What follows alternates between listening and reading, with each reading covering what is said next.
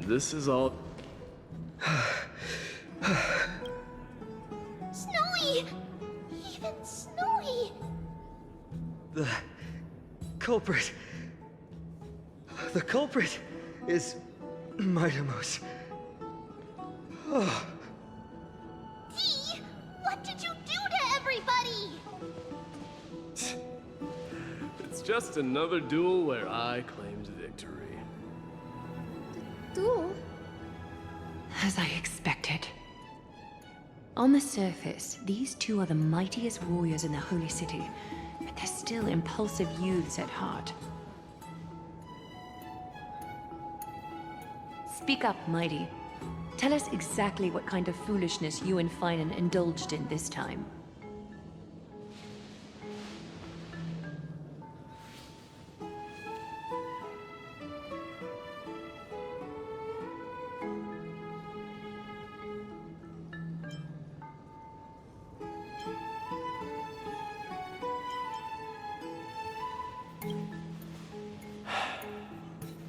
No, none of those sound right.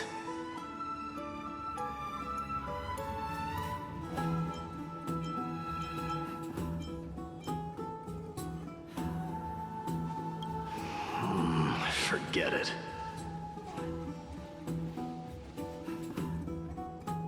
Am I seeing things?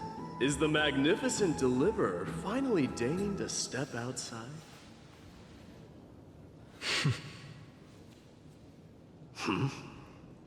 What kind of response is that? Nothing. I was just imitating your usual response. I don't feel anything special from you. Have you passed the demigod trial? The ritual hasn't reopened yet. In case you forgot, it hasn't been that long since I pulled you out of the trial. I didn't forget.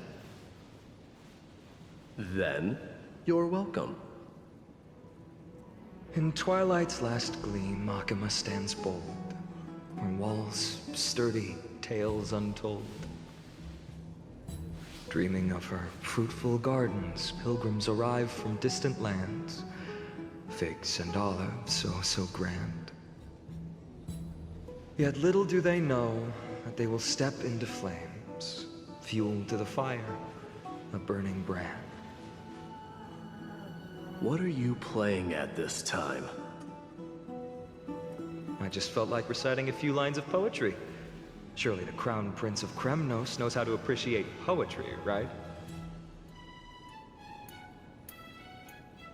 Kremnoans steer clear of such weak literature. But my library doesn't lack collections of this kind. These lines express the poet's yearning for their home, just as Akama is distant from many people's homes. I know how to interpret poetry, Haikis. There's no point in pretending to be profound, my friend. Thank you for helping me out when I was in a tight spot, but it seems to me that you aren't prepared for the trial either. Don't compare your situation with mine. My people are still relying on me. I can't ascend to godhood on my own without first resolving their issues. So, are you suggesting that you, the mighty Mightimos, and the heir to the throne of Kremnos, wish to defy tradition that has endured among your people for millennia?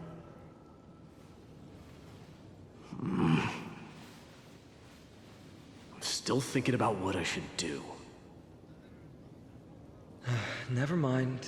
It's probably not my place to offer you counsel. An idea does strike me, though. Go ahead. Let's see what terrible ideas you've come up with this time. Maybe we both need to relieve some stress. Come, Mightimos, let's recommence our previous competition. This time, we'll see who can stay in the super hot bath for longer.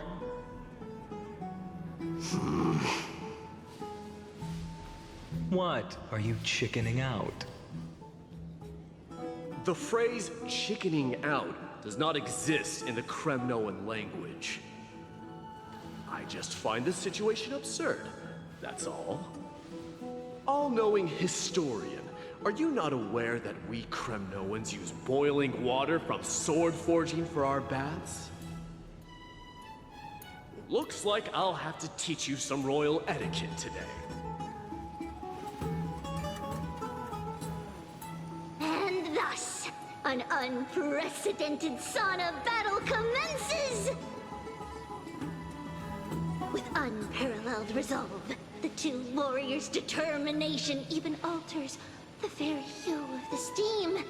Flames intertwine with scalding vapor, reaching toward the heavens, shrouding the sky and the sun. The spectacle is so magnificent that none dare gaze upon it directly. Since we can't see what's happening in the competition, why don't I regale you with a tale of kings to pass the time?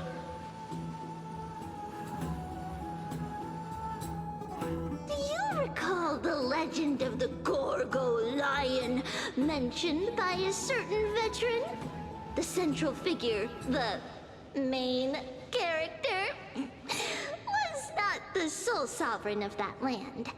An oryx stood as its formidable rival. Long before the dawn of Era Chrysia, the two beasts started their timeless battle on the plains of Tritos.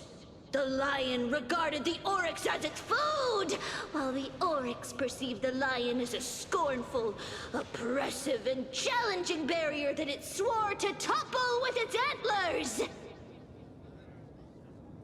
For tens of thousands of years, without respite, the two creatures thus continued their relentless pursuit and rivalry.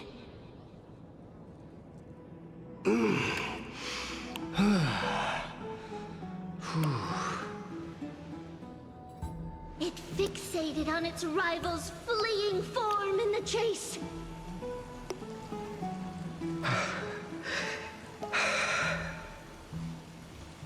It set its sights on the other's neck, nearly within reach.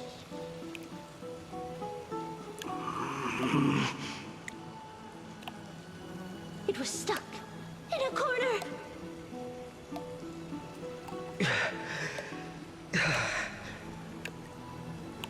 It had nowhere to escape. On the land of Amphoreus, some lives meet their end at dusk, some at dawn, and yet others are fated to perish under the blistering sun at noon. And at last, the most scorching moment of the day descended upon them. The formidable hand of fate heeded their call and arrived! My lords, would you like me to reduce the temperature a little?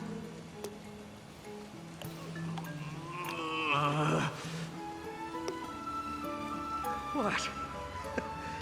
You're chickening out already? Get lost. Are you asking me to get lost, or...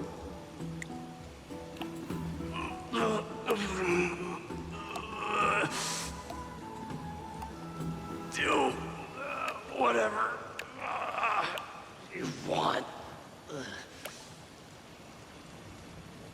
Oh, please, forgive my presumptuousness, my lords.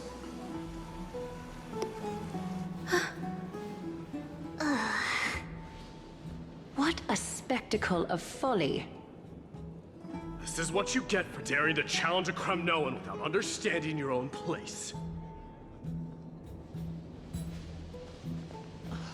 What I'm saying is, your little game dragged down quite a few innocent souls alongside you. We will personally escort back home the customers left awestruck by our formidable presence. This isn't fair. You are wearing way less than I am. this the latest trend now? Getting into the baths while dressed in full armor? Don't look at me like that. It was he who challenged me. There is no word for flee in the Kremnoan language. Very well. Let us bring this farce to a close, shall we? Warriors, it is time to get moving.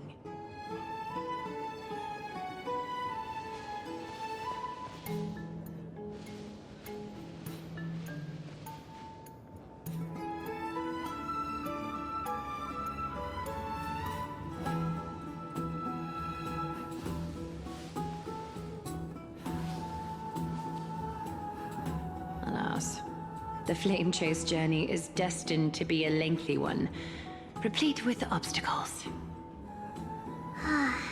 But thanks to those two, all the gloom has vanished into thin air. Oh, we just had quite the commotion. It's not every day we find the Marmorial Palace this serene.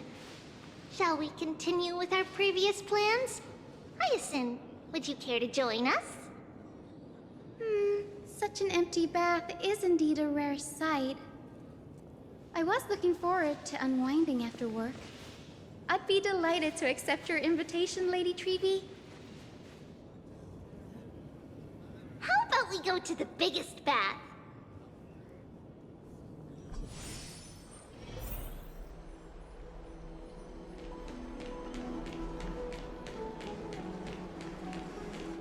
Let me check. The water temperature feels just perfect. So, how is the feeling of having the entire bath to yourselves? It's so good.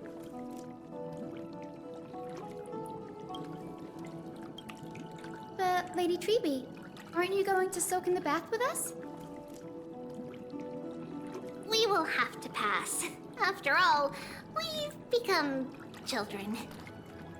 Please understand that she can no longer endure the heat of this pool due to the blessings of Yanis. Oh, Are you curious about us, Hyacinth? I am, but something tells me that it might be better to change the topic. Don't get all nervous. It's not something we can't discuss. The truth is, a long, long time ago, we were a mature adult just like Aggie.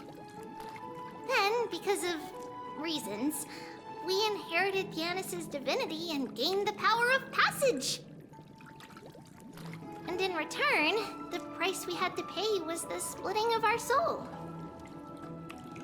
Each opening of the Century Gate intensifies the strain on Treevee and the others. They are gradually regressing towards infancy, both in body and mind.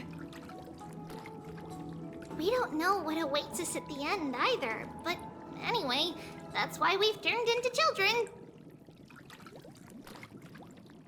In that case, when you opened that giant sentry gate above Akama during the battle against Nikador, Well, there's no way around it. We all know that the Flame Chase journey won't be a smooth ride.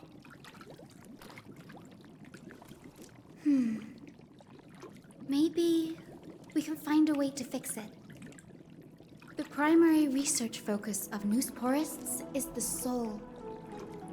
We explore its depletion and methods to restore dispersed souls. As long as research continues, there might be a breakthrough that can help. We will do everything we can. So your first reaction is in fact denial. You're indeed an Access student. I look forward to your good news, Hyacinth. Now there's another reason to look forward to tomorrow.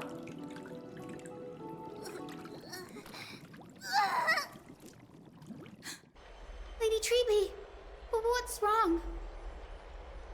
Something's off. It's that strong feeling again. Is it Trian? Wait, no. It's not Trian this time. It's Trinan. Trinan is a danger.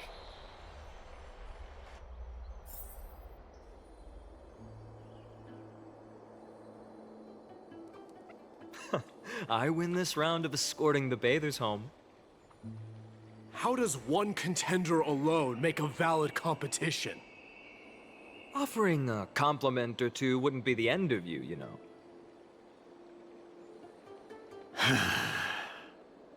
Haikas. What is that word? Is that your native tongue? It means hyena. I'm likening you to a weak hyena. By the way, you emphasize the completely wrong syllable. Though we've been acquainted for some time, I have rarely heard you talk in the ancient tongue of Kremnos. It's because I'm not exactly a master at it either. I can listen and read just fine, but when it comes to writing... You can write?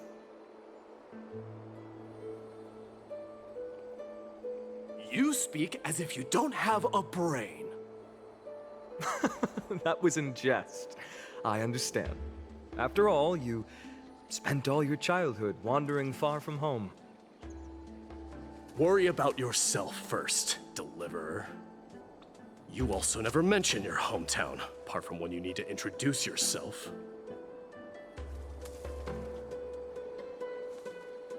Well, it's because there isn't much to say. Aedes Elysiae is simply a tiny village that disappeared many years ago in the flames of war. The only times I get to see it are in my dreams, and in the trial from the Lance of Fury. I knew it. Yes, I saw it all. Aedes Elysiae ablaze with everyone. My family, friends, and my kin, lying in a sea of flames. A blood-red half-sun hung in the sky, just like on that day. And before my eyes, that murderer killed Cyrene. But I saw its form this time. A black cloak, an eerie mask, and a broken giant sword that carried an ominous aura. I fought it in the trial. But even though I've been fighting, improving, and resolutely getting stronger all this time, I still couldn't defeat it. You were blinded by hatred and almost lost yourself in that trial. That's right. And that's why I am truly thankful to you, Mightymouse. You finally picked up some manners. Better late than never. Then what about you, Mighty? What did you see in that trial? What do you fear? There is no word for fear in the Kremnoan language. I'm getting the feeling that your language has no words at all. But to answer your question, I saw Akuma in the trial. As well as... my old comrades. Hephaestion. Perdiccas. Ionius. Ptolemy. And Possesta. Ever since I returned from the Sea of Souls, these 5 have been by my side. We faced life and death together during our days in exile. Those 10 years were arduous, yet filled with moments worth treasuring. Each night, we would gather by the campfire, savoring honey brews and singing our hearts out. The wind in the wilds of Amphoreus smelled like rust. Hephaestion would always tease me about adding goat milk to the honey brew, claiming I ruined the blood-red color of the drink. He had a scrawny figure, but was a relentless force on the battlefield, dispatching foes without so much as a blink. Perdiccas was an expert in concocting medicines, delving into all those strange folk remedies. Leonius was a swift runner, and our most reliable messenger. Ptolemy was a real bookworm, always spouting off in chapters and verses. When we left Kremnos, he made off with a stack of ancient tomes from the Grand Library. Not like it mattered, as my family owns the library. And then there was Possesta. He was the silent type, but a truly masterful musician. This is the first time I've heard you mention these 5. And their names. They died on the battlefield before the Kremnoan detachment managed to join Akuma.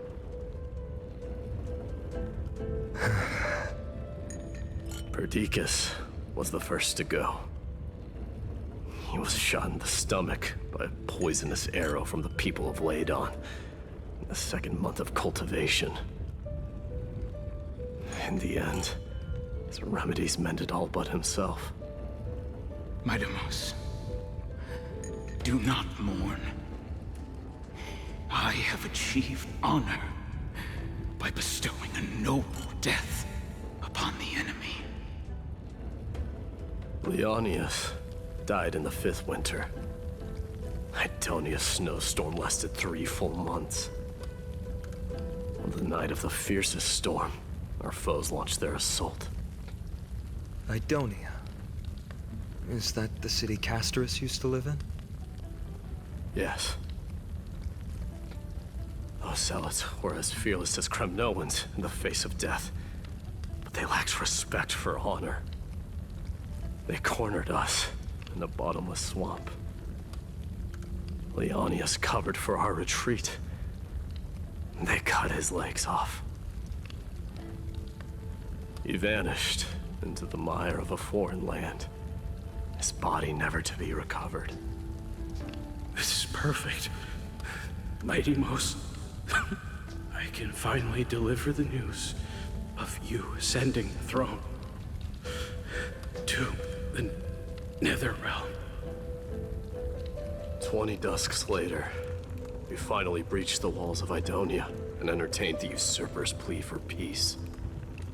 However, the rebels refused to surrender and set up an ambush within the city.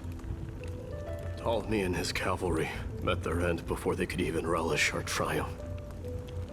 Those obelisks that collapsed after being set on fire became their final resting place. Midamos, please tell my family.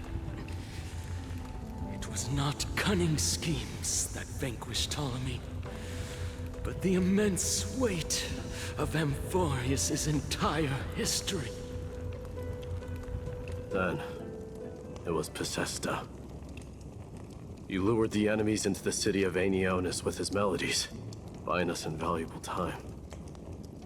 Our enemies, consumed by indignation when they discovered the trick, set the entire city and my soldiers on fire. His final words were recorded on a small clay tablet, fractured by the flames. Midamos, don the crown. And at last, my most trusted friend, Hephaestion. He was supposed to stand by my side through it all. But a sudden relapse of his illness hit him on the eve of my duel against my father. He hid his condition from me. By the time I returned victorious, he had but a breath left in him. A Kremnoan dying on a sick bed. I would be a laughingstock to everyone. Hephaestion, my dear friend. Spare your strength. I'll go get a physician. No need. Even if Perdiccas were here, he couldn't stop destiny from taking me away. No! None can take you away.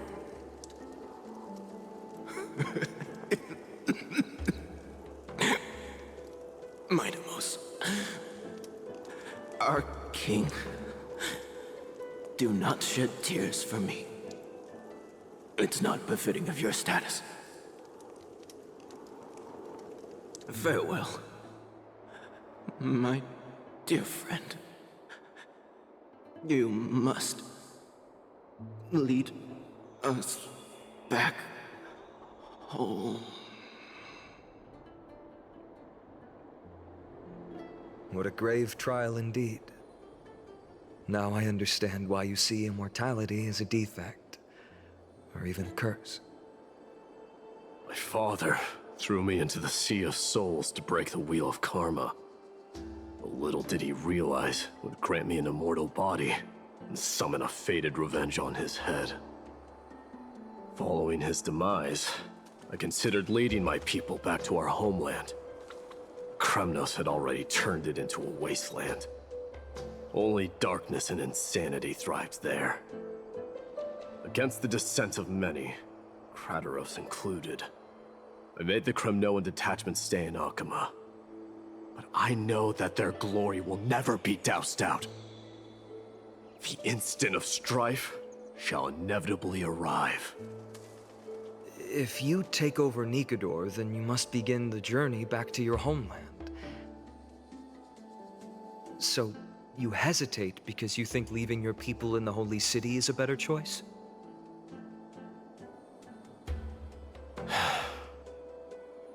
I don't know. But I have never been crowned. And those 5 were never endowed with any titles. None is aware of their glory. Your predicament is truly complicated. I don't know how I can give you any useful advice. Maybe you could seek counsel from more people, such as the Grand Craftsman. Cartonis' people seem to have been through comparable dilemmas. And that teacher of yours, Krateros? Dee, we've got a big problem! Big problem! Lady Triby, what's making you so flustered? Hurry up and go save Trinan! She got abducted by Krateros! Krateros! What's going on? Mighty-Mos. It seems I was the one who exposed my vulnerabilities first. Aglaya, I demand an explanation. This man abducted Trinan by force, and forced her to bring him to the Vortex of Genesis. He then brazenly stepped into the trial of the Lance of Fury, and naturally failed. Is she telling the truth? Why did you do that? Because I don't want to wait anymore. Your hesitation made me desperate. If you want to run away from your destiny to become king, then keep running. Someone will eventually stand up and fill in the gap left by strife. Then they will lead our people home. Age has blinded you, teacher. Can't you see that I'm hesitating because of this very recklessness seared into your blood? Krateros, do you truly believe you're worthy of entering the trial? To blaspheme against the prophecy? Does the mission we Chrysos heirs bear seem like child's play to you? Do you know how the Kremnoans see you, Aglaya? You're a hypocrite and a megalomaniac. The prophecy of Genesis and the Flame Chase journey are just excuses for you to seize power. Silence, Krateros. Do you even know what you're saying? Are you defending this woman, Mighty-Mos? How many wars did people start because of her and her so-called prophecy? How many cities fell in the past millennium? Their people massacring each other. Even if this so-called Genesis really exists, will there be a place for the Kremnoans in that new world?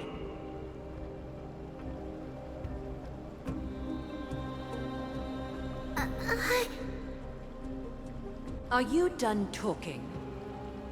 By agreement between the Chrysos heirs and the Council of Elders, those who trespass upon the Vortex of Genesis need not be tried by the Council.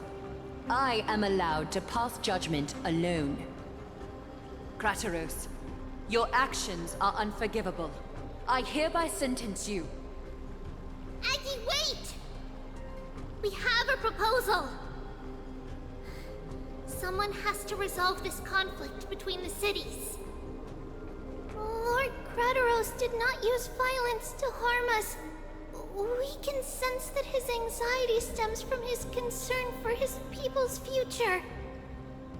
Please, Aglaya, hear us out first. I'm listening. I'm sorry, Lord Krateros. We were so preoccupied with deciphering the fragments of prophecy that we neglected those of you not favored by its message. Your accusations were harsh, but justified. We wish to earn your trust, and those of the Kremnoans. I think the best way to do that is to take you to witness the source of the prophecy for yourself. How are you going to show me something that has no form? You've heard about that Outlander, right? She has somehow made a connection with Orynyx and can completely replicate scenes from the past. We will ask for her aid. Tomorrow, at the Abyss of Fate in the Temple of Yanisopolis, we will show you everything from that distant memory, Krateros. A fair proposal.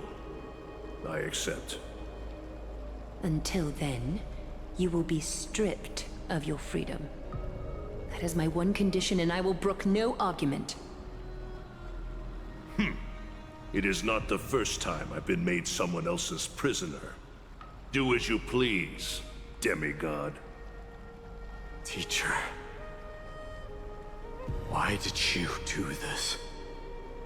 Forgive me, young master. But I just cannot wait any longer. Ever since your father died, our people and I have been waiting for a day to revive Kremnos. We placed all of our hopes in you, but never received an answer. This obsession for returning home has become a sickness for our people. Wise as you are, I refuse to believe that you can't see the truth. You have a clear head, which is why you're also incomparably alone. A smart person can only choose to tangle himself with the mundane of this world. If you're truly capable of leading our people beyond this blood-stained fate, then prove it to me once more, Mighty Mos. Just as you did back then.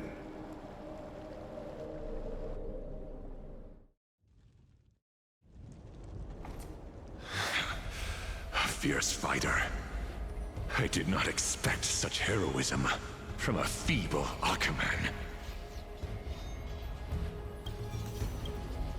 Fulfill your duty as the victor, warrior, and tell me your name. I seek an honorable death from you.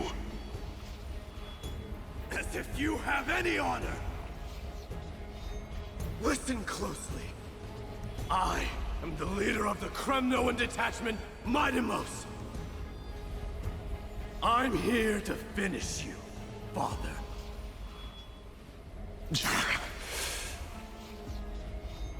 It's you. The beast spurned by all. So you did defy death. The prophecy was true. You will bring an end to my Kremnoan dynasty. Defy? You're wrong. Death fears me. It's the reason I have this body of steel. As for You already stand at death's door, Father. You were the one who threw me into the Sea of Souls. The one who tried in vain to enslave a Titan. And the one who desecrated the body of a god. Hyakis! You're a weak king. So weak that even the lowliest hyena is a more noble existence than you. And now, fate's reckoning is upon you.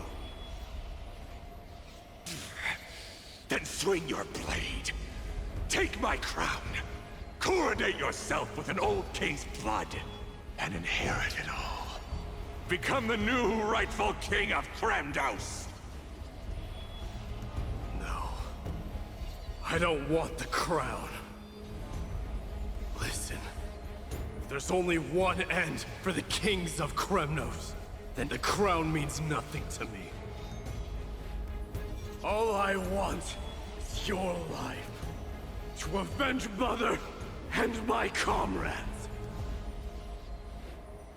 But the walls of Kremnos won't fall with me.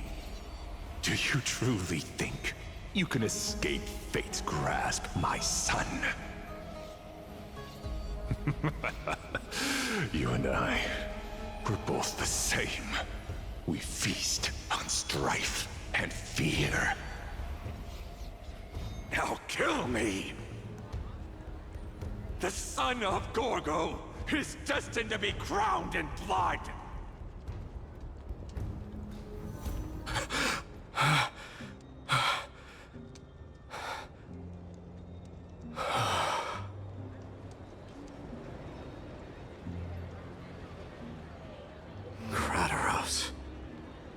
He said the Grand Craftsman Cartonus might have some suggestions. Might as well go see him. Grand Craftsman, how have you been? King of Kremnos it is. That you would come, I knew. You knew I was coming? Your matters, I've heard. The path forward you seek. Many questions you have. But before that, take this. What's this? A signet ring. For the King of Kremnos. Belonged to your mother. Recast and restore it. I did. What? Mother threw it into the Sea of Souls. A long time to fish out it took. Very fortunate we were. I can hardly imagine how much patience and courage it must have taken to find such a small signet ring in the Sea of Souls. I owe you one. Gratitude there is no need for. Repayment for saving me, this is. Questions you bring with you? Ask, now. Fate I've always denied has finally caught up to me. By all rights, I should accept Strife's authority. It would make everyone happy. The Chrysos heirs, the Council of Elders, the Kremnoans. Even the bards who will write it all into song. Yet hesitate still, you do. Hesitate, why do you, young king? Because of my people. Be they men, women, the elderly, or children. The hearts of all Kremnoans yearn for home. They've all been waiting for this day, for the day their king returns. Children of Strife would then be able to go home and embrace the old traditions. Never mind that most of them have only ever been heard in these so-called traditions and song. They would then gather around their king and throw themselves into battle. This is not a good thing, you believe. The Kremnoans have been trapped in a cycle of bloodshed for the past 1,000 years. They seek vengeance, start wars, become prosperous, and decline. How much innocent blood flowed into the River of Souls in all those years? How many needless sacrifices could we have avoided? If I accept that fate and become the totem of strife, that lead my people into repeating the same mistakes, then of course I would be terrified. I'd be terrified of becoming king. A different kind of Kremnoan you truly are.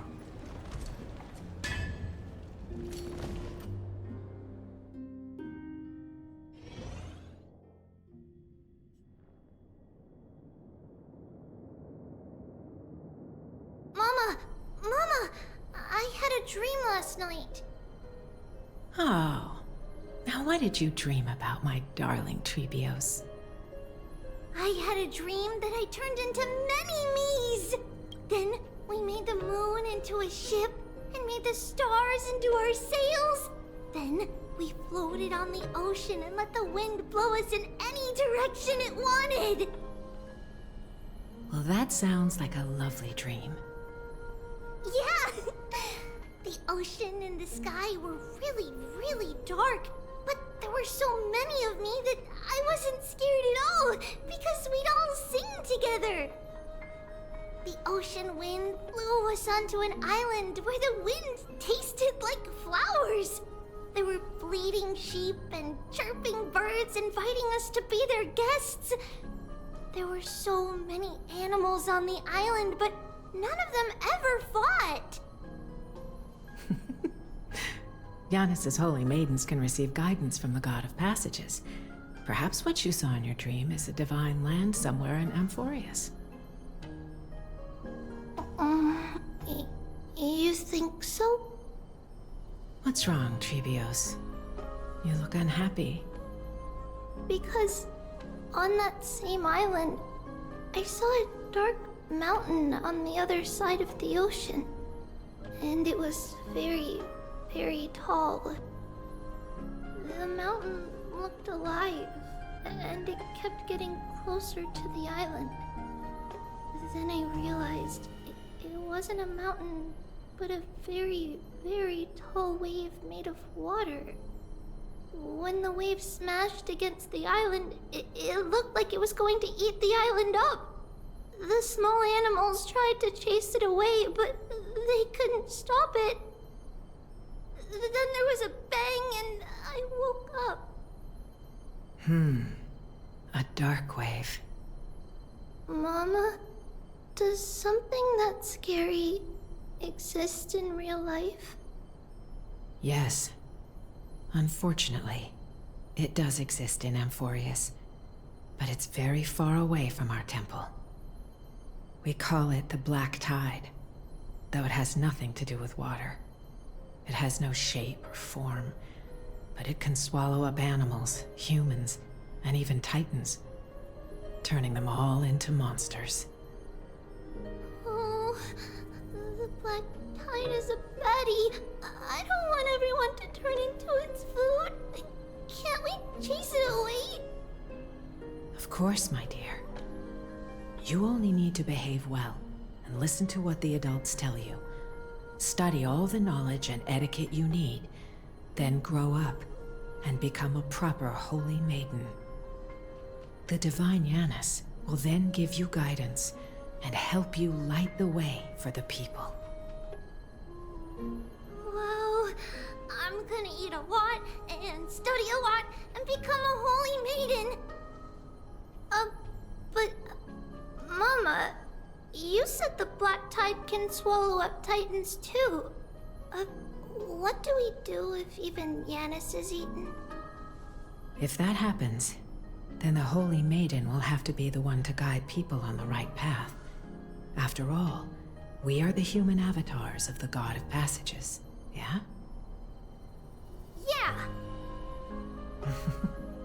But one person alone is not enough. Once you're older, you'll make a lot of friends. You must do your best to unite them, because that's also our duty as priests. Friends? Are they also like me and Mama with pretty red hair? They might not, but they'll certainly be just as smart and kind as you. Mama? Am I dreaming? Don't be silly, dear. Of course you're not dreaming. I've always been by your side. What? Now be a good girl and call your friends over too. Let's play hide and seek, just like we used to, okay?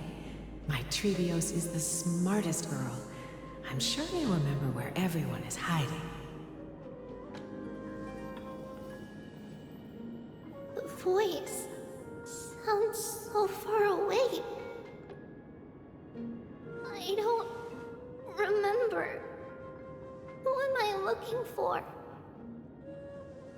Your friends, who will chase the black tide away alongside you, of course.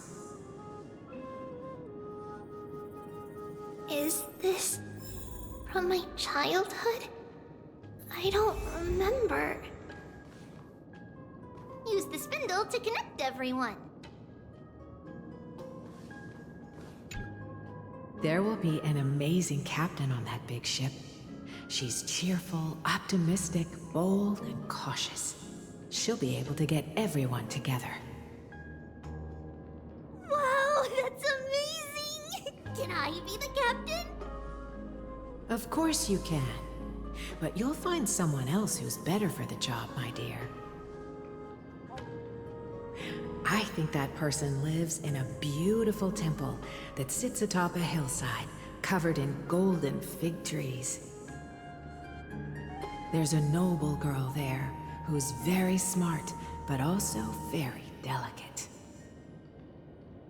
Just like Mama? Perhaps.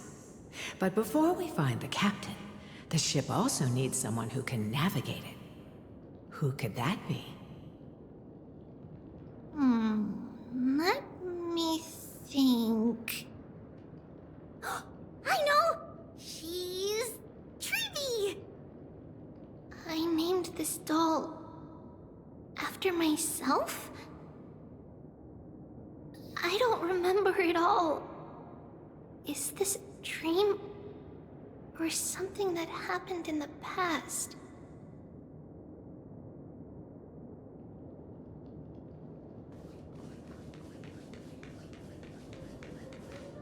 Bad chest!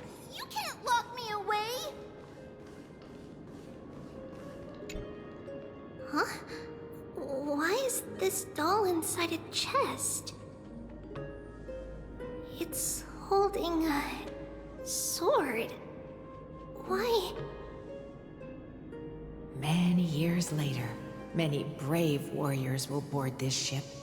They're skilled combatants who fear no danger. Ooh, I can learn how to fight too and protect everybody! Silly girl. You're Yanisopoulos' holy maiden. It's not your duty to fight. There will be many others to protect you. All right. Then where will they come from? I believe one warrior hails from a lovely village where bulrushes flourish, while another comes from a magnificent royal city. Though each has their own troubles, both are ready to lend their strength for the ship's long voyage. In that case, let Trianne fight by their side. This way, they'll always stay on course.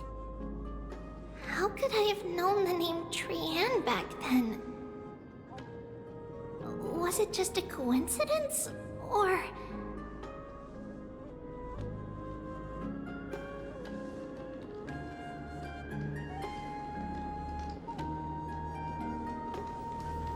Learning can change your destiny. When navigating at sea, you need to know both astronomy and geography. Isn't Yanis's knowledge enough? Oh, sweetie. The ocean isn't like the land. It's easy to get lost. That's why it's important to learn to recognize the miracle of Aquila. Alright! Even though my brain is already super duper smart, I'll still try my very best! Circe also favors children who try their best. They will send a wise scholar as everyone's teacher to help you reach your dreams. I want to be a teacher too! Oh, wait. I'm super duper smart. So I want to be the teacher's teacher! Why not? But if you're going to be a teacher, you might need to tone down that hyper energy of yours. And Trinan can do it! She's well behaved and would make a great teacher! Mama and the others always said that I had a great memory. But now, I can't even tell if this is a memory or a dream. Come, let's line them up.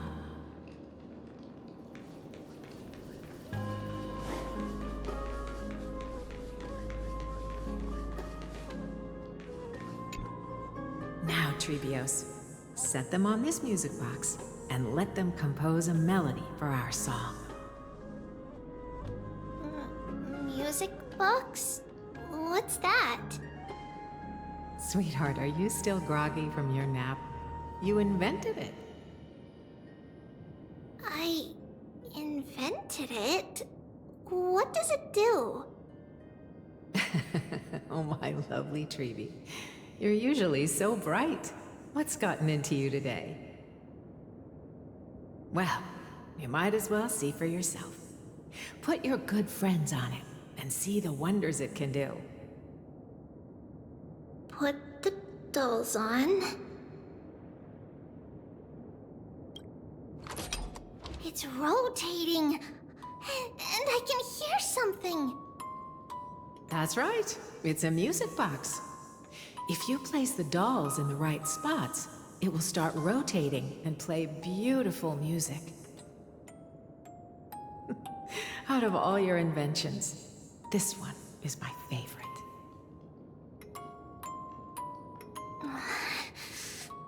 I don't remember. It's all right, my child. I'll sing along to the tune, and it will help jog your memories. Happiness abounded in this lush land by God's chosen. Giants raised their glasses in a toast, beheld by the 12 constellations. 3 carved the heavens and the earth. 3 wove the threads of fate. 3 molded life with their hands, and 3 guided calamity's gate.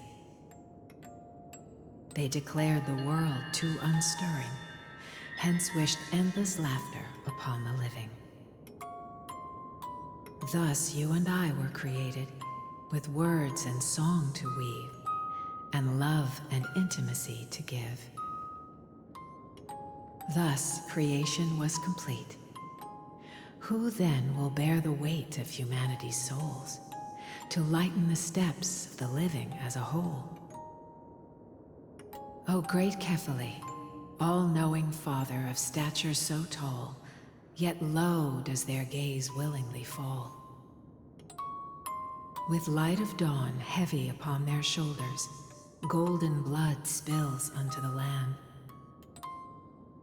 converging into a boiling river that flows to the heroic heirs of this world.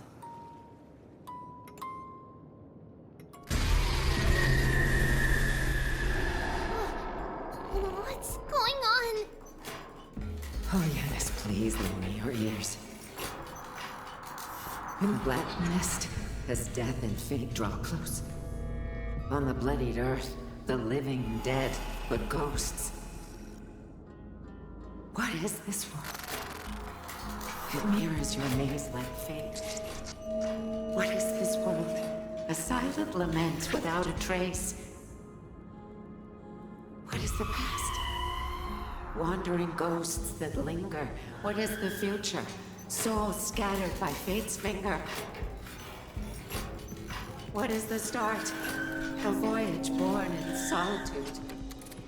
What is the end? A spirit, lonely and subdued. Lonely and subdued. And subdued. And subdued. Subdued. Subdued. Subdued. Subdued. Subdued.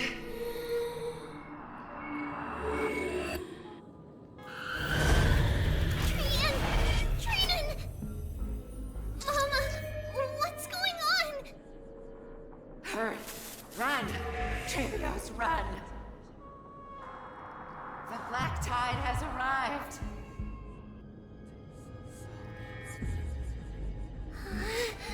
Where can I go?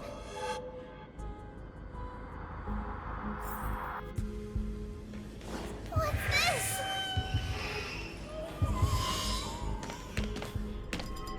Why?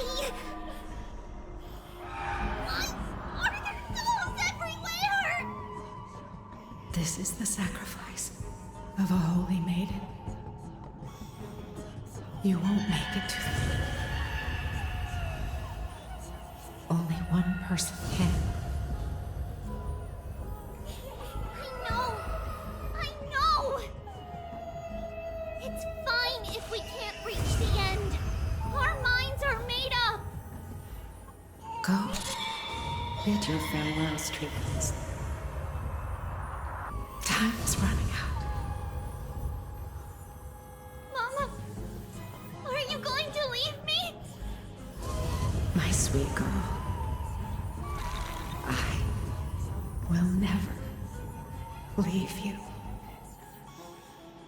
But remember this, Trivios.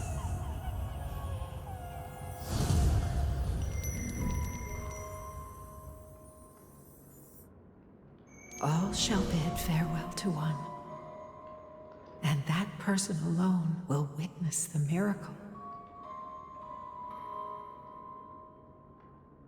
Since your mind is made up, then traverse the black tide and dispel the fog for Amphoreus.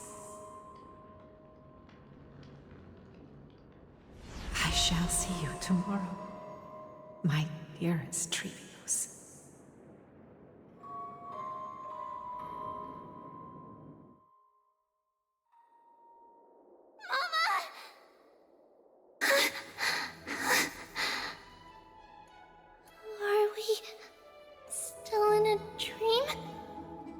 Did you have a nightmare? Maybe. But it's been a long time since we had any dreams. It's not yet the entry hour. You still have plenty of time to rest. No. Our heart is still racing. It must be that reckless Kremnoan soldier who startled Trinan. And you as well. If you want, I can pass through his chest with the golden thread right now. Aggie, cut it out with the scary talk. I'm just kidding. If I were serious, I wouldn't have waited until now. Do you want to talk about the dream?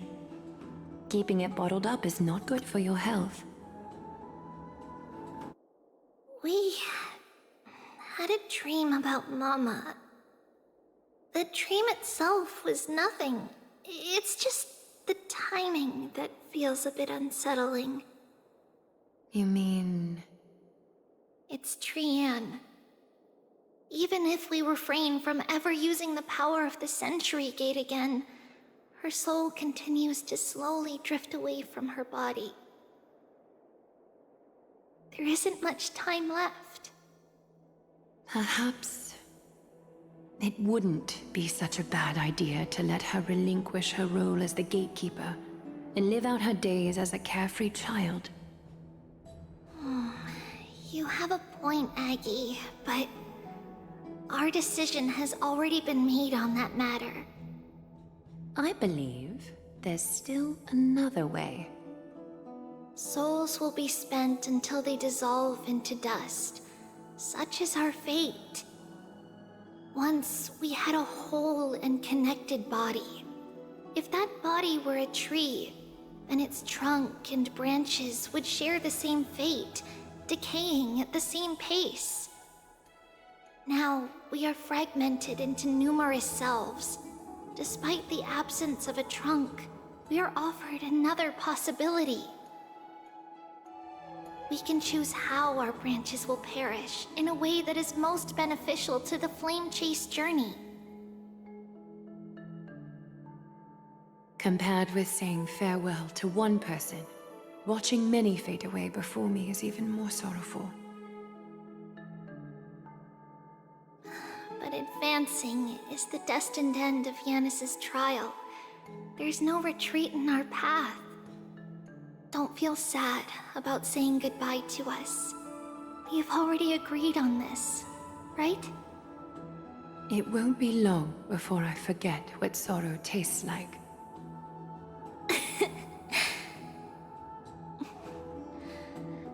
So, what would you like for breakfast, Aggie? What?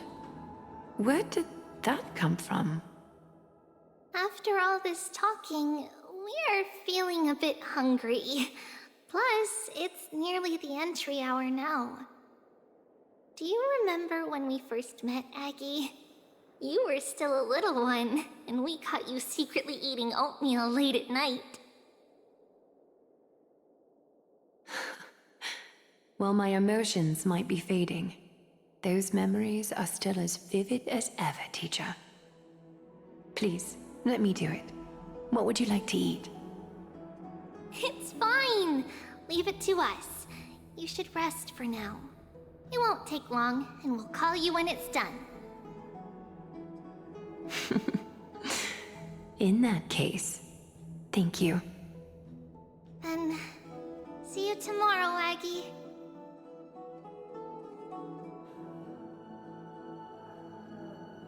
Nevertheless, that nightmare is ominous. Memories are slipping away, even the image of Mama.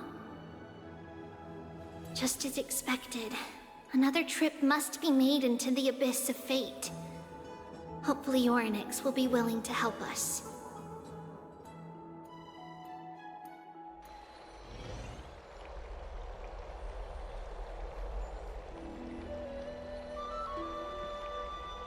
Long time no see, Professor Anaxa. Who are you? It's been a while. I'm the one who once overthrew the entire classroom in that spiritual physics lecture. Oh, it's you. No way. Do you really still remember that, Professor? I remember that glib tongue of yours. What brings you here? Surely you're not here to reminisce. You could tell. Of course. You only beat around the bush when you have a hidden agenda. That's not true. I'm here to seek enlightenment, as always. Could you please teach me everything you know about the black-robed swordmaster?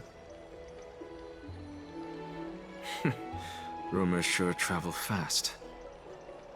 Unfortunately, I too know nothing about it. I can only tell you that it is clad in a black robe and wields a greatsword. At least, it looks like a greatsword. It's shaped like a twisted half-sun, and a peculiar dagger resembling a crescent moon. By the way, take this with you. I got it from the sneak attack. It's yours now. Oh. I was right. It is this thing. The one who torched Aedes Elysiae to the ground. And killed everyone.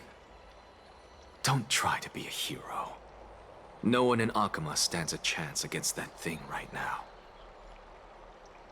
Is that what the Titan said as well? Not at first. But the god relented after having had a taste of its power.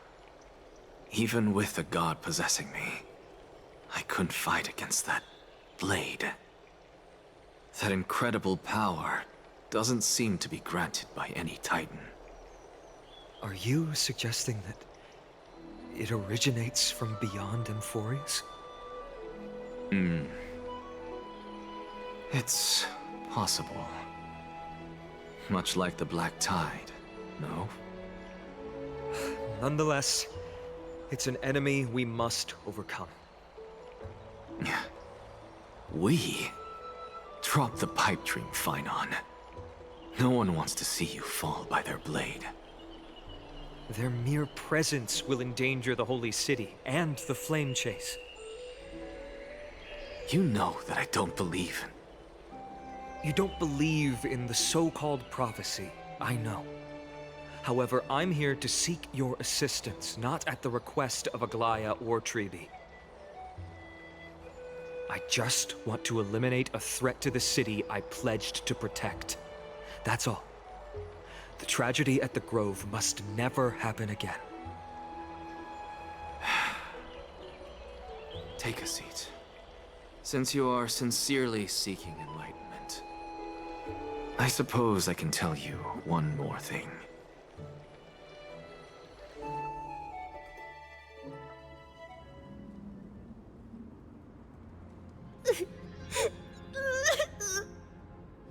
What's wrong, Trian? Nothing. Just remembering what happened at the Grove. Monster in the black cloak. So scary. Everyone in danger. Nightmare. I can't forget. Don't be scared. There are no bad guys here. Didn't you save everyone with the Century Gate, Trian? Trian threw it away. Far, far away. It's never coming back. We got back safe from the Grove because of you, Trian. You're the reason the Flame Chase journey can continue. Sorry. Trian feels a bit dizzy. Why are we here again? For the same thing, of course. Remember? Tomorrow we will reveal the prophecies past to everyone. But first, we need to restore the memories that have been blurred by the fragmentation. We hope to present the full truth to everyone, without hiding anything. Since Yanis caused the fragmentation, we can only turn to another Titan or an Ix for help. Also, remember to get breakfast ready for Aggie before the Lucid Hour tomorrow. Oh, yes! Trian remembers now! Oh, on that note, we had better prepare some saffron before we meet with the Titan. Saffron? Oh, it's an essential offering for rituals in the Temple of the Three Fates. You think we shouldn't go to Orynyx empty-handed? Yes, it's also a symbol of Yanisopolis. If we are to replicate memories, we need to use something that has experienced those days. And when we first met Aggie, we added that to the porridge we made for her, and she really loved it. I see! It's like killing 3 birds with 1 stone! But it all depends on whether Orynyx is willing to help us. This could be a problem. After all, it was us who took the core flame from Yanis, from Orynyx's kin. We will have to give it a try, if there's truly no other way. In our current state, we probably can't do anything to them. We'll cross that bridge when we get there. Leave it to Trian. Trian knows how to play cute. In any case, let's look for Saffron first. I hope there's still some left in the temple, untouched by Nikador's soldiers. I remember that aged saffron is preserved in sealed jars. Let's be on the lookout as we go.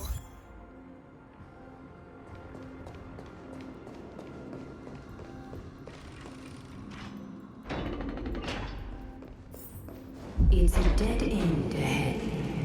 Turn back, teacher. What? Aggie? No, it's an illusion.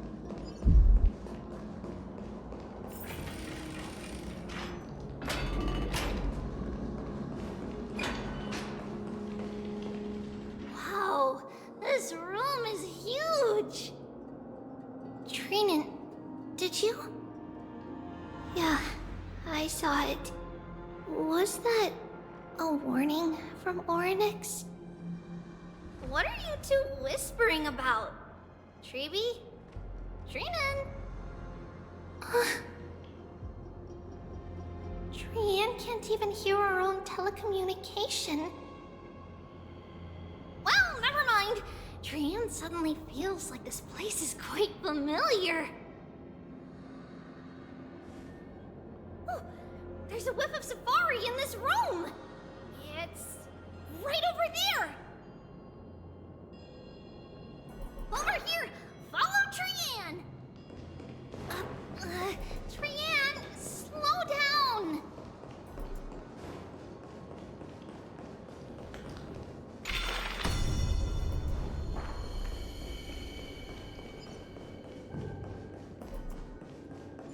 Even if separation is our fate, a futile death is not the solution.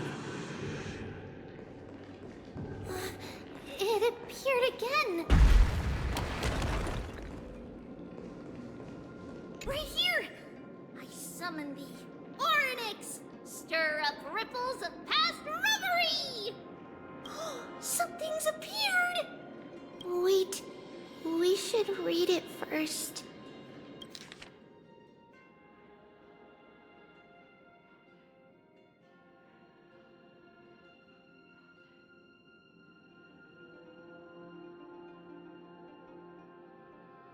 Wait, this is a letter?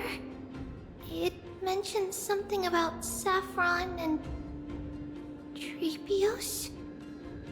Isn't that name... Never mind that for now. Why is this letter here? And how did Trian sense it? Could it be our lost memories? Is it possible that we were already noticed by Orynyx and entered their trial? But why haven't they said a word? Orynyx has the whims of a child. Perhaps they're toying with us on purpose. Come on, this isn't the right time to be playing games.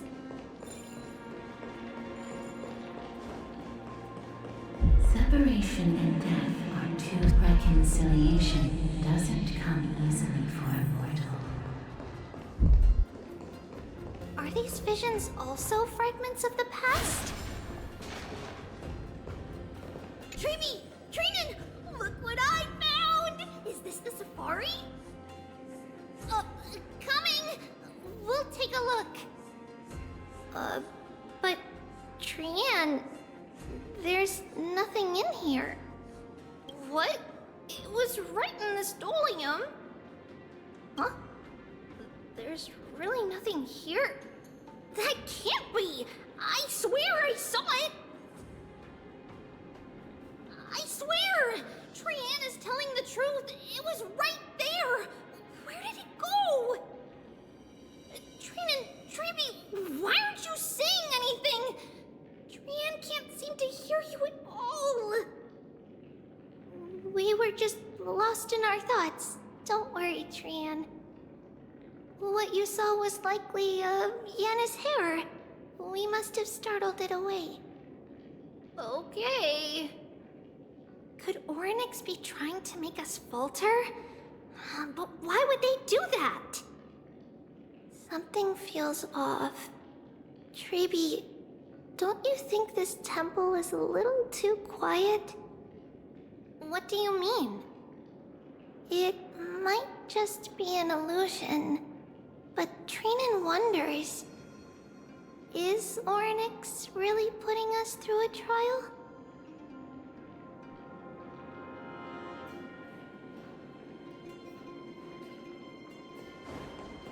Ugh, still no luck finding any safari. I suppose we can do without it. Let's try to convince Orynyx. At least they didn't toss us out straight away.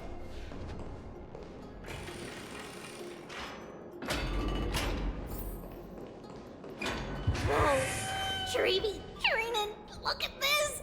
So cool! So many of us now! Man, it's really quiet in here.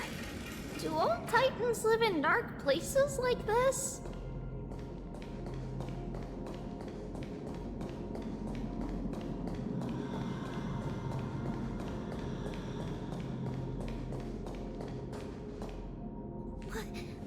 What's going on? Orynyx disappeared?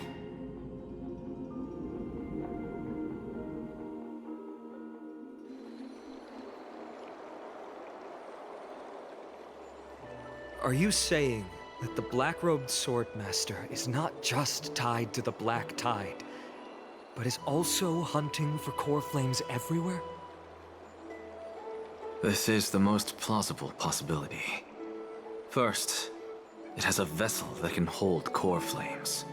Second, I'm one of its targets. Let's start with the first premise.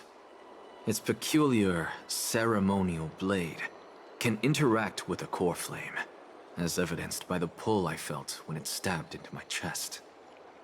I hypothesized that the blade can sense, absorb, or even retain core flames. The second premise is even more explicit. When it was engaged in fierce battle with many of us and was heavily distracted, it remained consistently focused on me. Or rather, on the Titan Circes inside me. So it's plundering the flames. But if your argument holds up, wouldn't they be headed to Akama soon? The vortex of Genesis is full of the Titan's core flames. Not necessarily. Let's call that person the Flame Reaver for now. If my presumption holds, that person has 3 targets. The first target is me. The second target is Orynyx, who hasn't yet fallen. And the third is Akama and the Vortex of Genesis, where the core flames are housed. But I suspect Akama won't be their first target. Kefali's core flame is guarded by the Council of Elders' arcane power. And Fagusa's water curtain should be able to block out any external perceptions. What about Thanatos and Aquila? Their core flames are yet to be restored? The whereabouts of Thanatos remain a mystery to all. As for Aquila, can you fly? No, I can't. Why are you asking that? Can that Swordmaster fly? Good point. But what if they do grow wings? If they had wings, I wouldn't have made it out of the grove alive. That's a relief. Anyway, since the Flame Reaver has 2 targets, we need to move fast. With the distances between Akama, the grove, and these potential targets, I believe we should bolster our defenses and... Bad news, Finan. Treeby is missing. The last time the 3 of them were seen was in... The abyss of fate.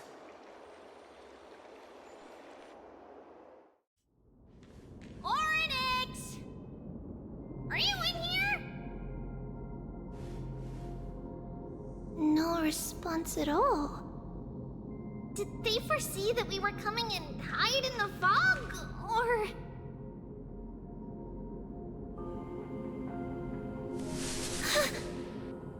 Treeby, we should leave. This temple has other people in it. What?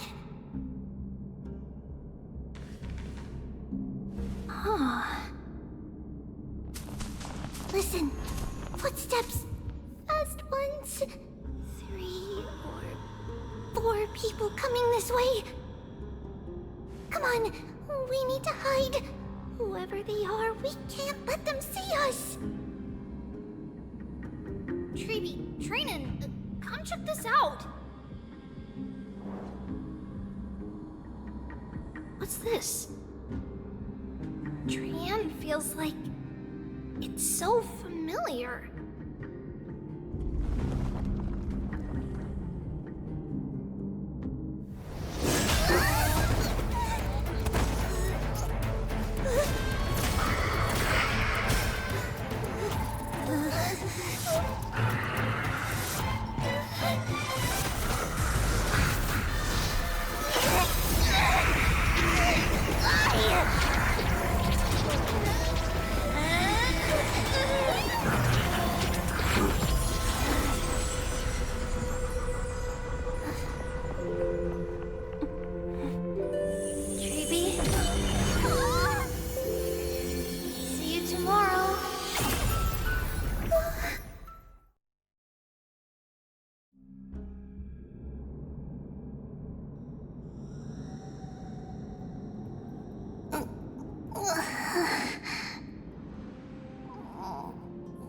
Where am I?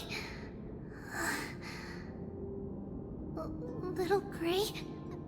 Snowy? And... Wait... Where's Trian? Is she back?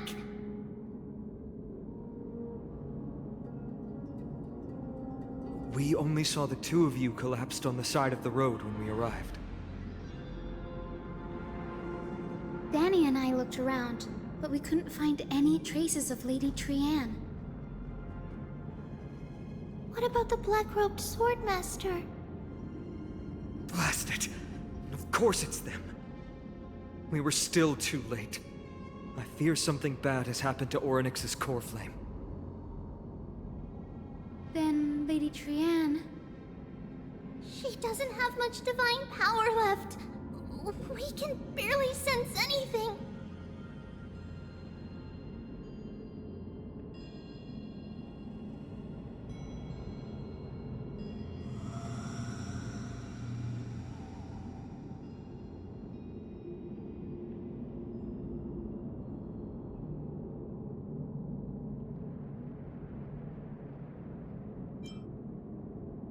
That you're both safe is already a blessing. Everyone, we must take action now. We should split into 2 groups. One group will stay in the Abyss and meet up with Aglaya's reinforcements, then search for Trian's whereabouts. The other group will come with me to pursue the black-robed swordmaster and recover the core flame. Do you know where it's headed?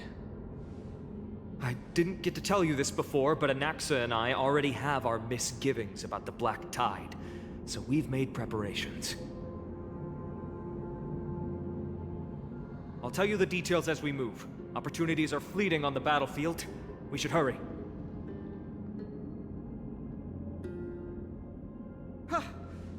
Lord Finan! Lady Treeby and Lady Trainan. I'm glad you're all right. Did Aglaya's people get here? Yes. Lady Aglaya already knows about the situation and sent along a message. Finan, I understand that Swordmaster is of great importance to you. But if you charge in without a plan, I fear that... You won't be the only one who dies in vain. I understand. Hatred is a hero's deadliest poison. I have no intention of fighting alone. If that Swordmaster really is related to the Black Tide, the Chrysos heirs must not take them lightly. I have indeed planned to return to the Holy City and discuss the strategy with Aglaia. We'll need all the help we can get for this encirclement. Why don't we split up as previously discussed?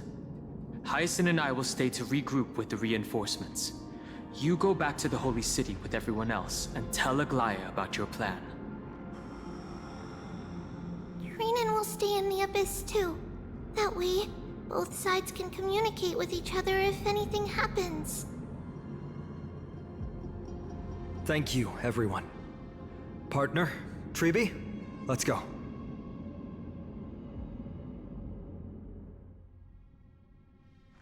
We're back, Aglaia. You should have come to me first, Finan.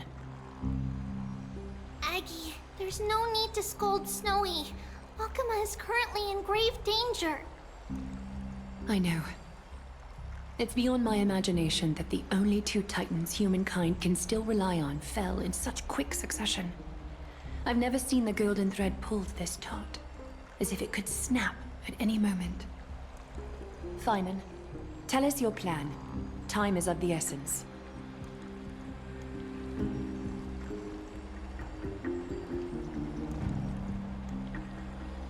This being is not just hunting titans, but taking the core flames too?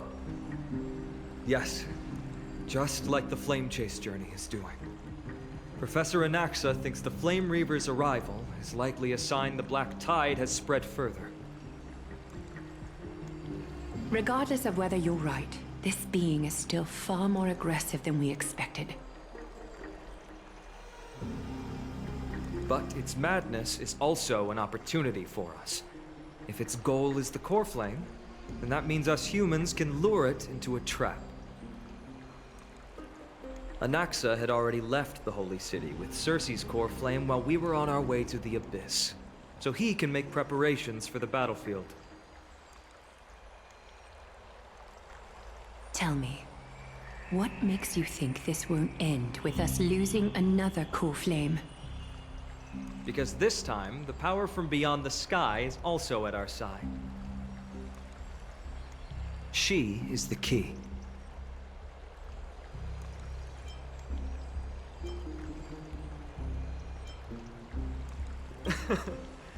We need your other companion, too. Ma'am, do you mean me? I see.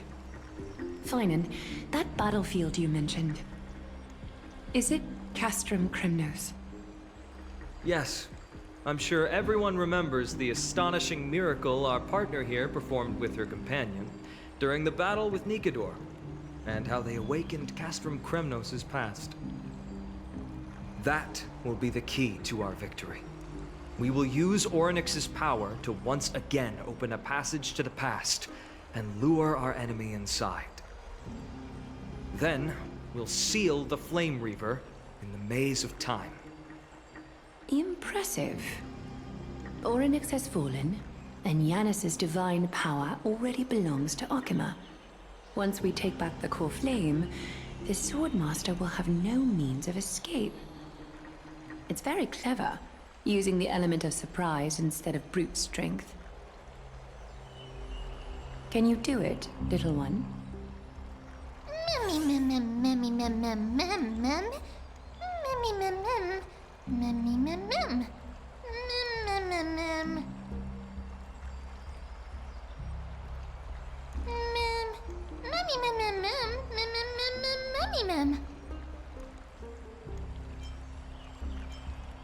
Yeah.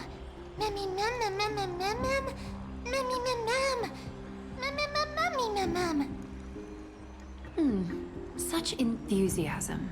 I'm glad to see you're confident. By the way, the Council of Elders declared a state of emergency when Treeby went missing. Kynus and her following have heard tell of the incident at the Grove, and are galvanizing support in secret. I fear she'll make her move before the next assembly of the citizens. What are they plotting? That short-sighted politician likely believes the Chrysos heirs have outlived their usefulness and is making preparations for her next step. That ugly side of humanity is something we'll have to deal with eventually. But that's a problem for another day. I've sent Castorus ahead to the Council with a message. She should be able to keep the situation under control for the time being. Finan, it is my hope that we can come to an understanding on this. We must take down the Flame Reaver in one go and retrieve the core flame, and in doing so, grant ourselves an advantage against the Council of Elders. Of course. You may count on me to lead the charge. I apologize for tasking you to spearhead the plan once again, but Akima is currently beset by enemies from within and without.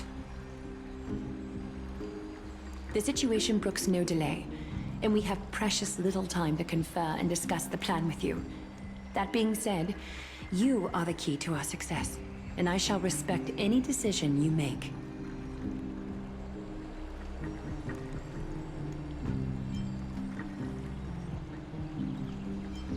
I may not be as masterful as Trian when it comes to the Century Gate, but even I can open a nice big gate if I have enough time.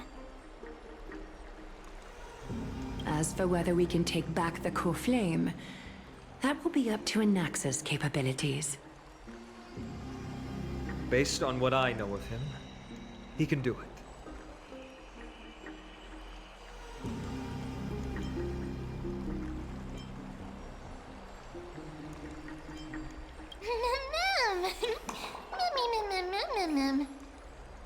We are grateful to you for your aid, and to the rest of you as well.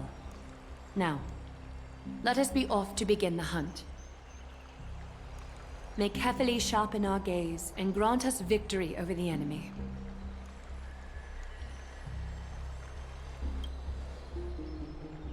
You mean Mighty? He's dealing with a different problem. Don't worry, that man would never miss out on this fight.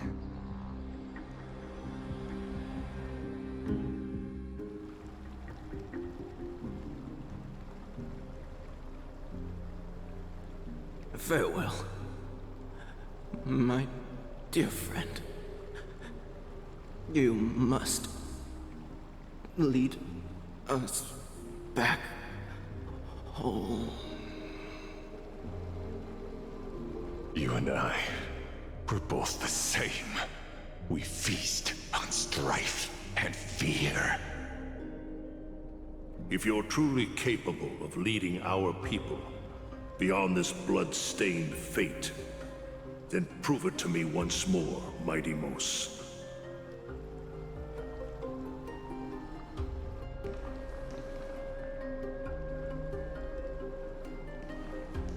I knew you'd be here. I heard you're about to set off on an expedition. That's right. It's going to be a tough battle, and our destination is... turns out to be Castrum Kremnos. Is that why you're here? To pray to the dead Nikador? No, just the opposite. I'm here to tell you, you can entrust the front lines to us this time. You can't afford to lose your upcoming battle either.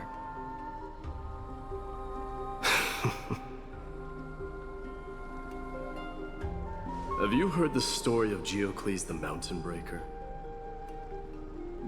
Sounds like you've spoken with Cartonus. That's the name of the legendary mountain dweller, right?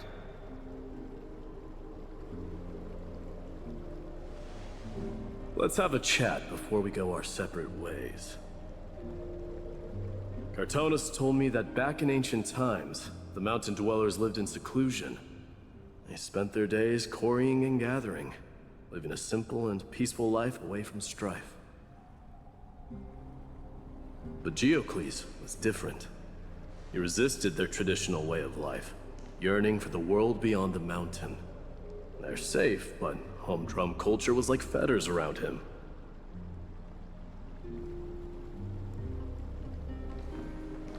He sounds a lot like you. Yes. That is why he, too, faced the same dilemma as I do. One day, during one of Geocles' many ventures beyond the mountain, he spied a battalion of Ladonians stationed at the foot of the mountain.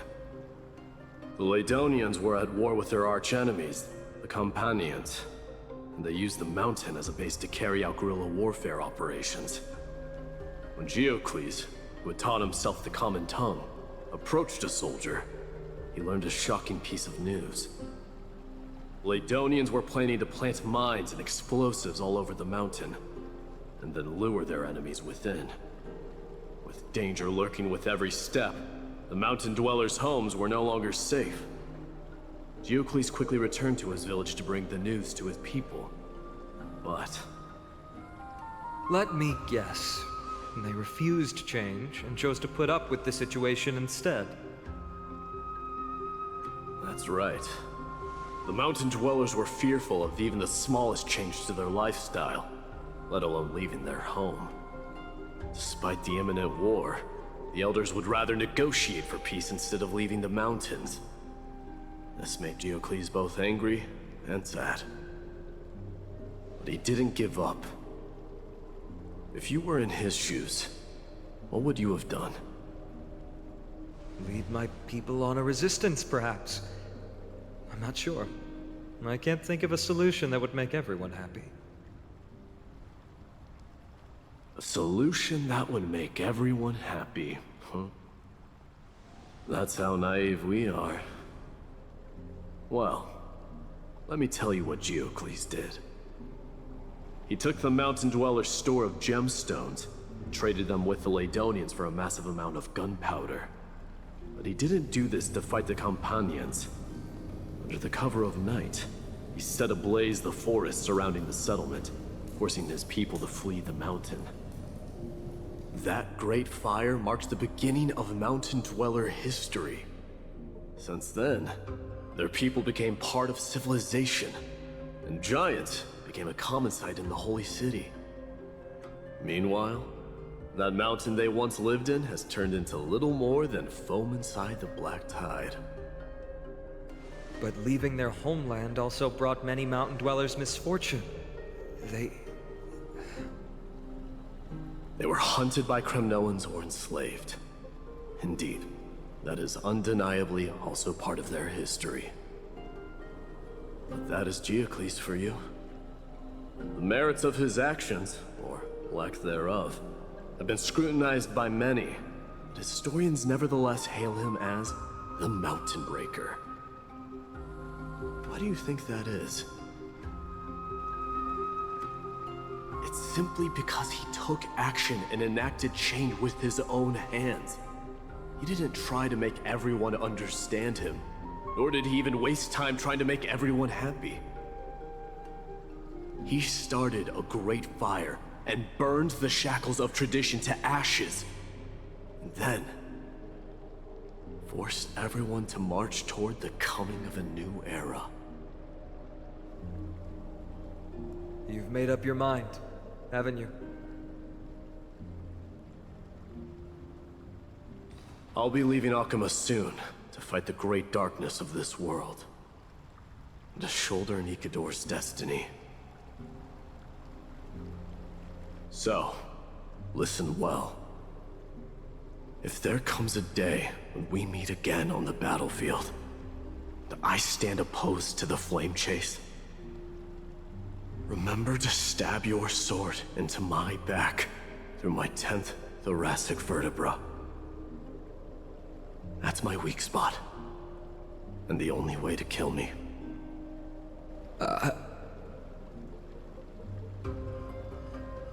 You have my word.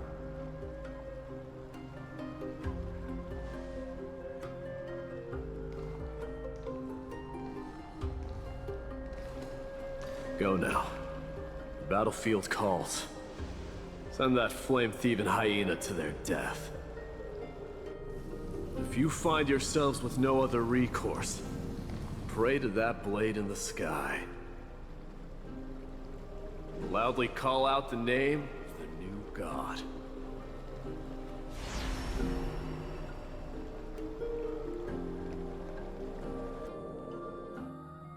That's the sound of an all-out war. Not the kind of ruckus Professor Anaxa can raise on his own. Let's hurry. The battlefield is just ahead.